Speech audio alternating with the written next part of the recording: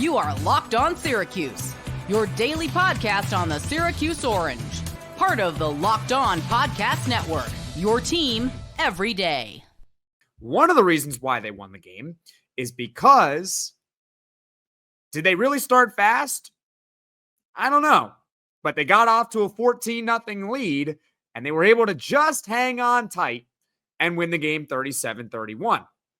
For the last 3 weeks, Syracuse football, as I have said already on this podcast and as I repeated plenty of times on yesterday's post-game reaction show, and you can still check that out, Syracuse football is not starting games on time. They are not. The last 3 games, Syracuse has been outscored 38-0 in the first quarter. That's not very good. That is obviously not a winning formula, and there's a reason why they're 1-2 in the last 3, right? It's obviously part of the reason why they lost to Pitt, although that was just a bad game all around. They fell behind to Boston College. Hughes was fortunate enough to get a win over Virginia Tech. And Fran Brown said in his post-game press conference yesterday that he's got to go back to the drawing board. He doesn't necessarily know how Syracuse can start games faster. And oddly enough, I had to look this up because it's mainly an offensive issue.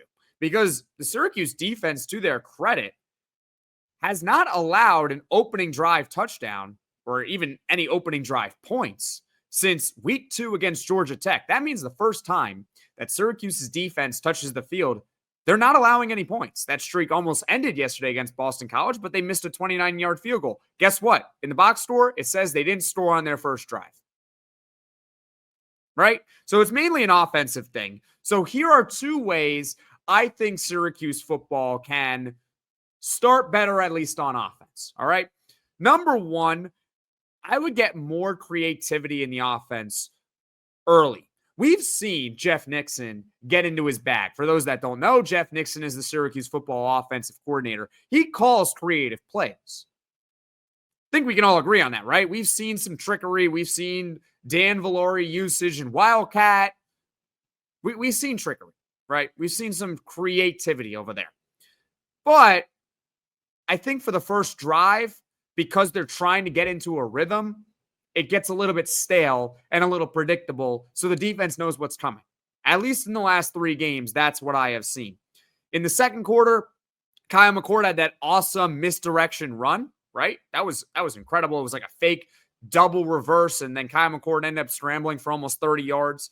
Opening drive, third quarter, this was only a 5-yard play, but it was a play action screen to the backside to Trevor Pena. And I thought it worked really well. It only got 5 yards, but still, it was 5 yards on a 1st and 10 play, and it was a little bit creative. You get 5 yards out of it. I want to see Syracuse get creative earlier in the game. That's my point. It's not that they don't run creative plays ever. They do. I just pointed out a couple of examples against Boston College yesterday. But they don't do it right away, right? They do it in the second quarter. They do it in the third quarter. And I understand you want to get into a rhythm on offense. You want to hit those short passing plays. You want to try to get the run game going. I get it. But it's been 3 games that your offense has not scored in the first quarter. So maybe you might want to do something a little bit differently, right? That's all I'm saying. Maybe you get a little bit more creative on offense in the beginning of games, and you can start faster, particularly on offense, right? Number 2, and we'll get into the offensive line play more in depth in the next segment, okay? But number 2 is they got to slow down the pass rush. I think that Syracuse football, particularly early in the game, they really struggle handling teams' pass rush. They really do, especially in the last 3. We saw Pitt very early on establish front. We saw against Virginia Tech, Syracuse couldn't really move against their front. And then, of course, against Boston College, they couldn't move the ball against their front. Couldn't do it, right? So I think you got to help the offensive line a little bit more. I think that's what it really comes down to. We saw it a lot of times against Boston College yesterday, a lot of empty sets. What do I mean? What's an empty set? Well, it means Kyle McCord's in the shotgun. There's no one to his left. There's no one to his right. That means all 5 offensive linemen, unless you pull in a tight end like a Dan VIllari or Oronde Gadsden, there's only going to be 5 blockers. And Syracuse football's offensive line is not exactly the greatest unit in the world. So you don't want to do that. So early often in games, I'm not saying you got to do it the entirety of the game, but if you want to establish yourselves up front early on and start better in games, not being outscored 38-0 in the last 3, I think what you got to do is you got to help out the offensive line. That means no more empty sets, more design rollout plays. That was a great adjustment that Jeff Nixon did at the beginning of the third quarter. We saw a couple of design rollouts from Kyle McCord.